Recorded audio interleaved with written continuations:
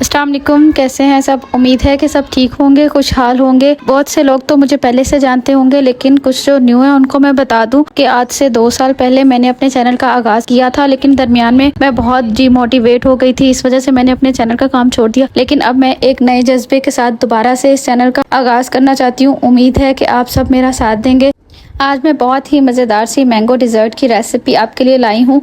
ये रेसिपी बहुत ही कमाल की है। मैं दावे से कह सकती हूँ कि अगर एक दफ़ा आप ये रेसिपी ट्राई करेंगे तो बार बार इसे बनाएंगे। तो रेसिपी को शुरू करते हैं। सबसे पहले हमारे पास 3 से 4 मैंगो होना ज़रूरी है, और साथ ही हमने 4 ब्रेड के स्लाइस ले लेने हैं और ग्राइंडर में इसको अच्छी तरह से ग्राइंड कर लेना है। साथ ही 1 kg दूध है हमारे पास, दूध को अच्छी तरह से बॉईल कर लेना है। और हाँ, मैं बताना भूल गई कि स्लाइस के किनारों को अच्छी तरह से कट कर लेना है। उससे रेसिपी का कलर इससे वाइट ही रहेगा, ब्राउन इसमें शेड नहीं आएगा। दूध अच्छी तरह से यहाँ पे बॉईल हो गया है। इसमें हम क्रश की हुई ब्रेड ऐड कर देंगे। ब्रेड को थोड़ा थोड़ा करके ऐड करना है और चम्मच को अच्छी तरह से मिक्स करते जाना है। 3 से 4 चम्मच यहाँ पे चीनी ऐड कर लेंगे। चीनी आप अपनी ज़रूरत के मुताबिक भी ऐड कर सकते हैं। चम्मच हमने मुसलसल हिलाते रहना है। बेसिकली हम इसको ब्रेड की खीर कहेंगे। खीर को अच्छी तरह से चम्मच हिलाते रहना है ताकि ये बिल्कुल भी ना जले और इसका बिल्कुल स्मूथ हो जाए। और साथ ही 2 से 3 चम्मच हमारे पास कंडेंस मिल्क है। ये बिल्कुल ऑप्शनल है, अगर आपके पास हो तो आप इसको ज़रूर ऐड कीजिएगा। इससे इस खीर का फ्लेवर बहुत ही अच्छा आता है। फिर से बता दूं कि बिल्कुल ऑप्शनल है, अगर आपके पास हो तो आप डालें, वरना आप इसको स्किप कर सकते हैं। देखिए खीर हमारी गाढ़ी होना शुरू हो गई है। ये देखें, इस तरह से इसका टेक्सचर होना चाहिए। तकरीबन 2 घंटे के लिए फ्रिज में ठंडा होने के लिए रख देंगे।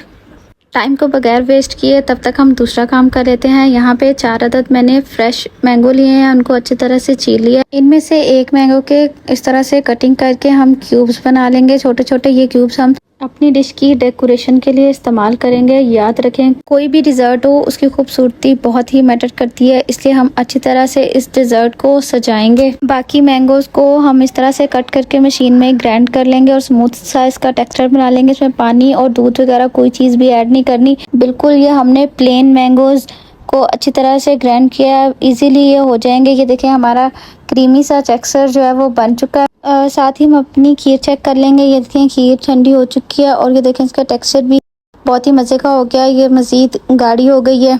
ब्रेड की खीर बहुत ही मज़े की लगती है, कभी आप ट्राई कीजिएगा।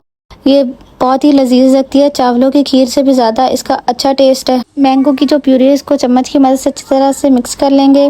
थोड़ा थोड़ा करके हमने ऐड करना है और चम्मच से अच्छी तरह से मिक्स करते जाना है। ये प्यूरी तब तक ऐड नहीं करनी जब तक कि आपकी खीर बिल्कुल ठंडी हो जाए। अगर आप पहले डाल देंगे तो दूध फट जाएगा और आम का टेस्ट भी बिल्कुल ख़राब हो जाएगा और बिल्कुल भी ये आपको मज़े की नहीं लगेगी।